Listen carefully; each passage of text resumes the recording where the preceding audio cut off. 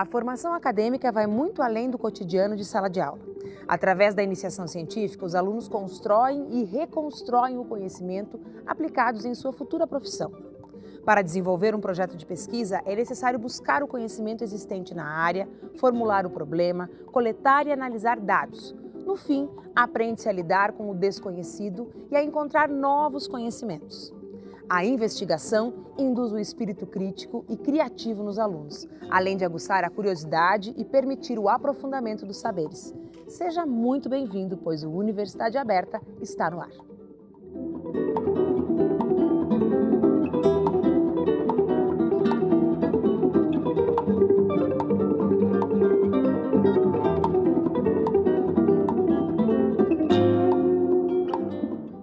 O objetivo da pesquisa na Universidade de Passo Fundo é gerar e divulgar o conhecimento. Mas, muito além disso, é proporcionar aos acadêmicos a possibilidade de superar as fronteiras do conhecimento e descobrir novos saberes. A UPF abriga inúmeros projetos de pesquisa inovadores, que promovem a produção de conteúdo científico e beneficiam a sociedade.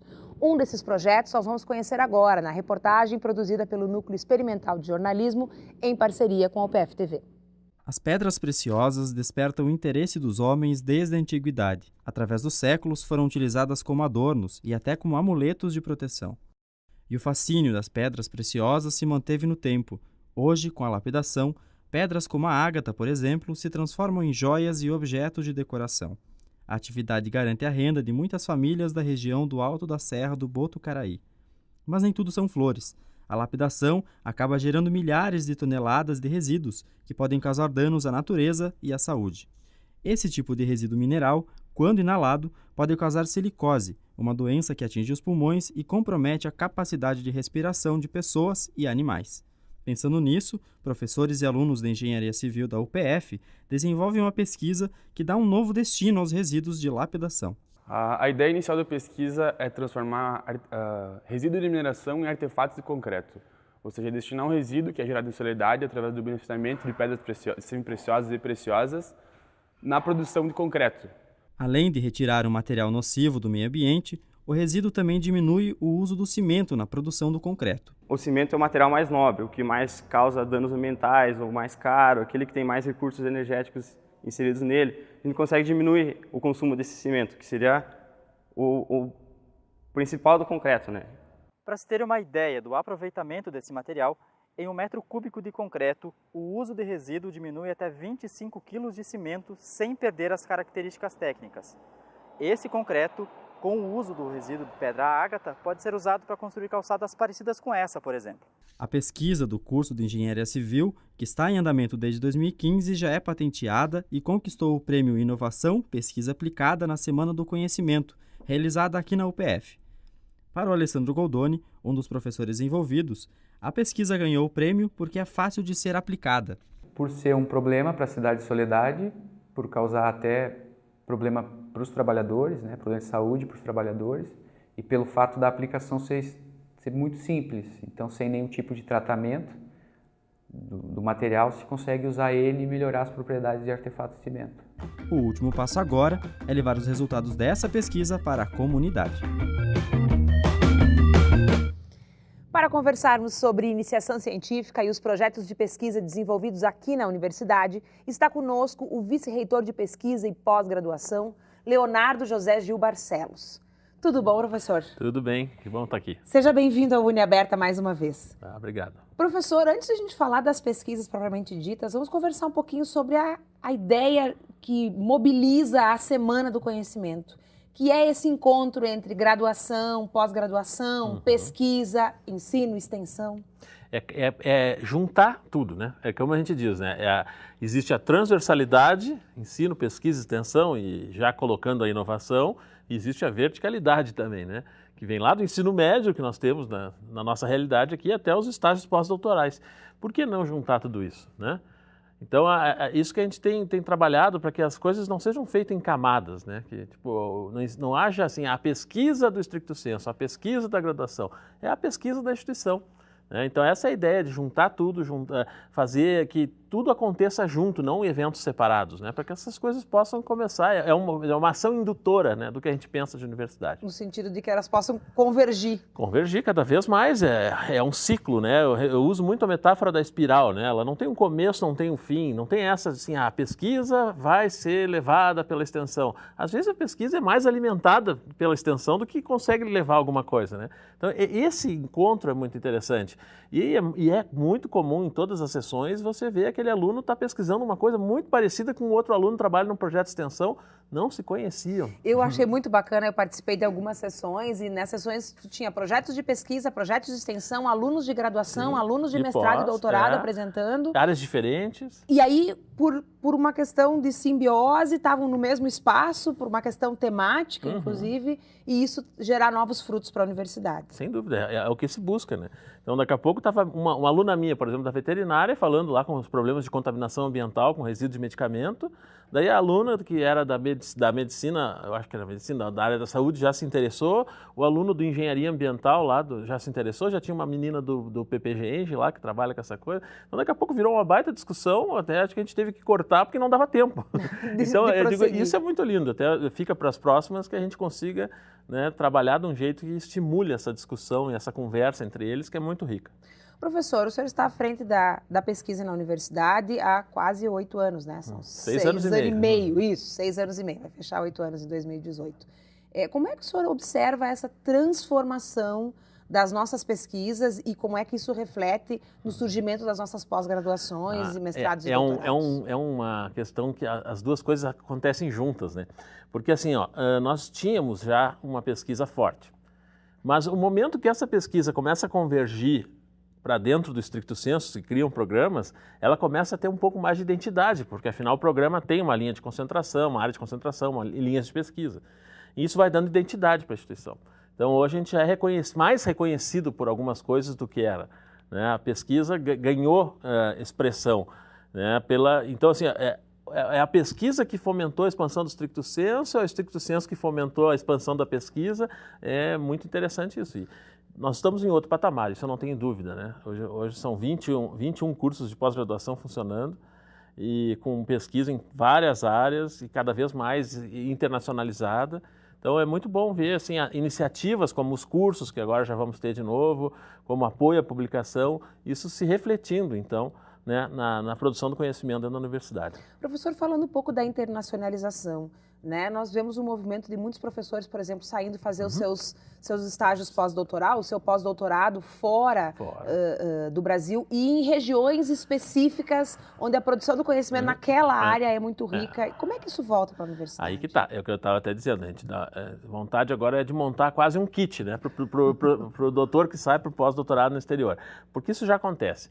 Se reflete basicamente o quê? Muita gente de lá vindo para cá, alunos do exterior na pós-graduação já é uma realidade e parcerias, projetos, né, projetos conjuntos, às vezes abrem aquelas ações bilaterais, né, com recursos de 2 países e nós podemos daí nos candidatar por ter esse contato. Então não teve praticamente nenhum, eu não conheço nenhum caso de algum colega que tenha saído e voltado sem convênios, voltado sem parcerias, que não tenha trazido depois alguns colegas de lá para cá, para bancas, para aulas. Então enriquece muito mesmo, essa internacionalização é muito forte, né? E também ela vai no momento que a gente apoia muito a publicação internacional qualificada, obviamente que vai ficando mais conhecido. Então quando um professor chega lá e pede para fazer um estágio pós-doutoral numa universidade, é bem diferente do que antes. Professor, falando em internacionalização e essas parcerias todas em financiamento, né? Como é que está a situação hoje em relação às agências de fomento? Porque o Brasil está numa situação complicada, nós estamos vendo aí uma série de cortes e decisões importantes na área da educação. Como é que isso está impactando? A comunidade científica toda, científica. Pelo Fórum de Pró-Reitores, por exemplo, pelo SBPC, pelo CNPq, é um momento de quase perplexidade. Assim, a gente não sabe para que lado vai, né? Porque o Brasil, há muitas gerações, faz esse caminho inverso, né? Em vez de apoiar a ciência e tecnologia nos momentos ruins, é a primeira coisa que se corta, né? E isso vem também com movimentos mundiais, né? A questão lá do Reino Unido saindo da comunidade europeia, agora com algumas questões americanas. Então, a ciência do mundo inteiro está preocupada. A nossa, então, nem se fala. E Existem áreas que são mais afetadas, sem dúvida, né, que dependem de mais recursos, existem áreas que dependem de menos recursos, mas a situação é bem preocupante, inclusive com a questão do financiamento da pós-graduação, bolsas. É um momento de cuidado. Não basta o programa ter uma boa pontuação para hoje vir as bolsas, depende de todo um outro cenário. Hoje nós temos uma cobertura fantástica de bolsas no estricto senso, assim, muito acima do que a gente poderia esperar, a gente conseguiu evoluir, mas há um receio de que, será que isso vai ser mantido? Né? É um momento complicado, sem dúvida alguma. Bom, nós vamos fazer um rápido intervalo, mas voltamos já falando mais sobre pesquisa e sobre a situação da iniciação científica na universidade e esse crescimento exponencial que estamos vendo por aí.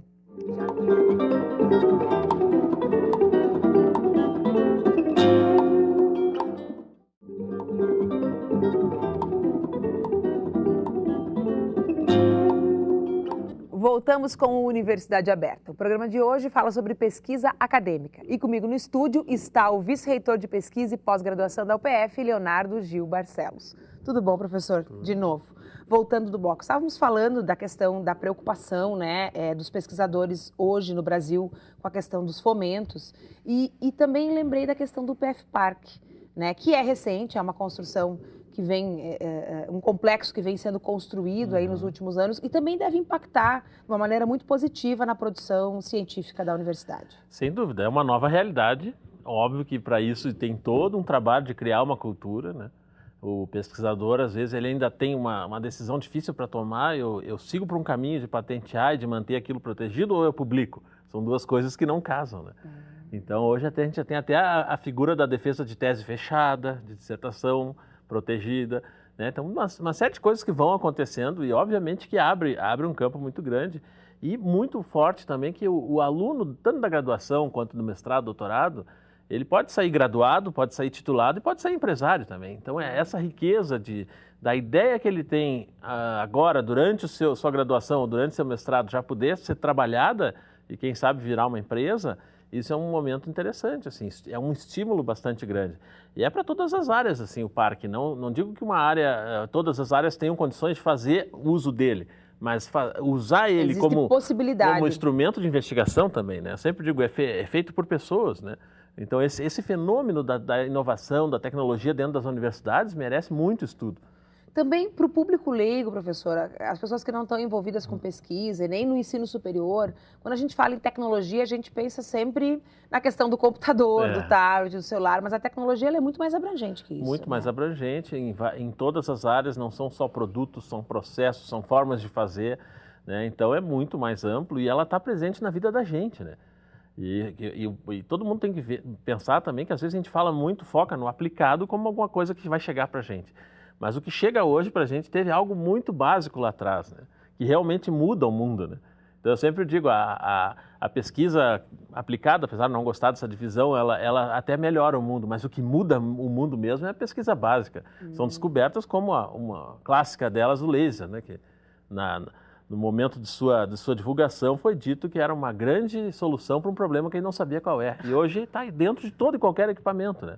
A gente não imagina hoje como nós teríamos o nosso mundo sem o laser. São as descobertas essenciais. Sim. São a que a gente chama de inovação disruptiva. Aquilo realmente muda, né? Muda a forma de fazer. Agora, por exemplo, o grafeno, que vai gerar baterias que vão caber, o que cabe num computador tamanho dessa sala vai caber no tamanho de um grão de arroz, né?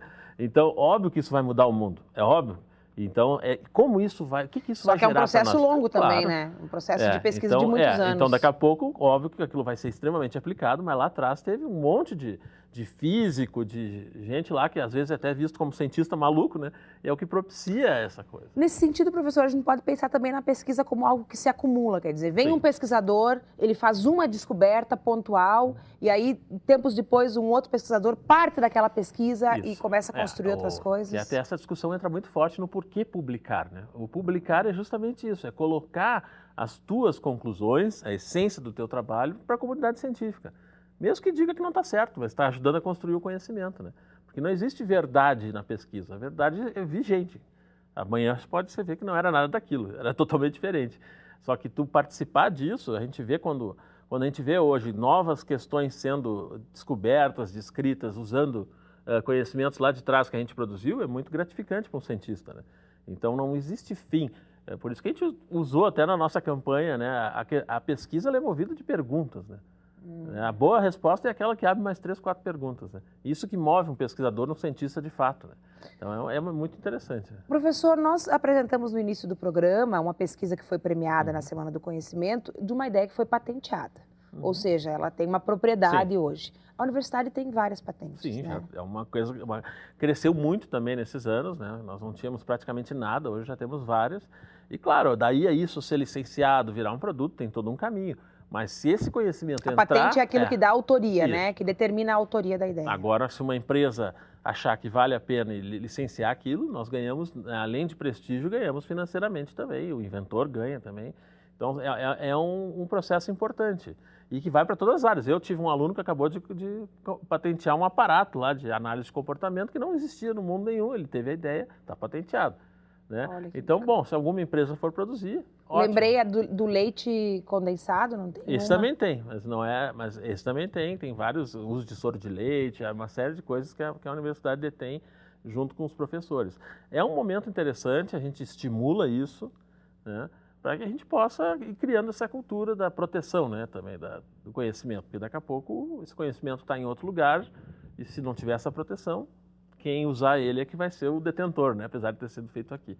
Então, são questões todas que a gente vai aprendendo, né? A pesquisa, ela tem isso, a ciência, a gente vai aprendendo fazendo. Não dá para esperar, só começa quando eu souber tudo. Não começa nunca, não tem como saber tudo em ciência. Professor, nós falamos antes da questão da hierarquia, né? Graduação, pós-graduação, estrito senso. É claro que quando a gente pensa em pesquisa, a gente pensa sempre que tem um professor doutor, um professor mestre orientando esse processo. Mas isso impacta muito na formação do profissional, mesmo que aquele aluno, no futuro, não vá ser um pesquisador, não vá se tornar um professor doutor. É um raciocínio lógico. A pesquisa, ela te obriga a ter um raciocínio lógico. Por exemplo, a gente fala muito na veterinária, os melhores clínicos na medicina também é os que tiveram pesquisa na universidade, porque o processo de diagnóstico de uma doença é muito similar ao processo científico, né? Tu cria uma hipótese, tu testa essa hipótese, faz com exames, né? Então, óbvio que o aluno que tem essa oportunidade na universidade, ele sai com outra velocidade, sai com outro tempo e é muito bom. Eu sempre digo, olha, que 1%, 2%, 3% virem cientistas, né, os outros 97% vão se beneficiar tanto quanto, porque ele muda tudo na sua carreira, a forma de pensar, a forma de lidar com o desconhecido, a forma de testar as coisas. Bom, eu não sei, vou aprender, essa vontade de ser autodidata, né, que a pesquisa traz essa autonomia, né, que a gente diz, a pessoa não precisa, tu não vai passar o resto da tua vida te inscrevendo em cursos para ir atrás de conhecimentos novos, tu tem que ter capacidade de estudar. E de gerar, né? Então isso, a iniciação científica é um ponto chave, assim. Ela trabalha muito essa questão da autonomia. Né? O que eu faço com conhecimento? Porque informação hoje... E como é que eu aprendo a aprender, né? Porque... Aprender é uma palavra, é uma frase que a gente usa muito, né? Você tem que estimular o seu lado autodidata. A gente fala para o aluno. Não é que nós não estaremos junto orientando, mas em algum momento não estaremos, né? Eu sempre digo, vocês têm a carreira de vocês depois. E o mundo muda muito rápido, né? Isso é um outro ponto que se diz. O que se espera daqui para frente, não se sabe. As velocidades mudam e não é o conteúdo fixo de uma disciplina que vai segurar o aluno lá nesse cenário. Né? Além disso, que é importante hoje, a capacidade dele se renovar. Até porque os currículos se renovam também, né? As disciplinas mudam suas emendas, seus conteúdos, suas abordagens. Claro. E do jeito que a coisa está indo, em algumas áreas não vai ter como fazer um currículo por semestre. Então, se a gente não estimular isso no aluno, né, a estrutura de ensino de uma universidade, do próprio MEC, ela não vai acompanhar a velocidade de evolução em algumas áreas. Então, óbvio que o foco vai ser muito mais, bom, esse aluno tem que saber pensar. Ele não pode ser, nós não podemos deixar sair da universidade um cara para entrar na manada, né, pensar como todo mundo pensa. Ele tem que ser autônomo de pensamento. Isso a pesquisa ajuda muito, a extensão ajuda muito. Essa ligação ensino, nem se fala, pesquisa e extensão como forma do ensino, ela é chave, né? Porque não tem como fazer uma boa pesquisa sem conhecer a realidade, né? E a extensão permite conhecimento da realidade. Então, eu acho muito rico. Professor, nós falamos que são 21 cursos de estrito senso na universidade, nós falamos do PFPark, nós falamos dessa crise das agências de fomento que acompanham uma crise nacional.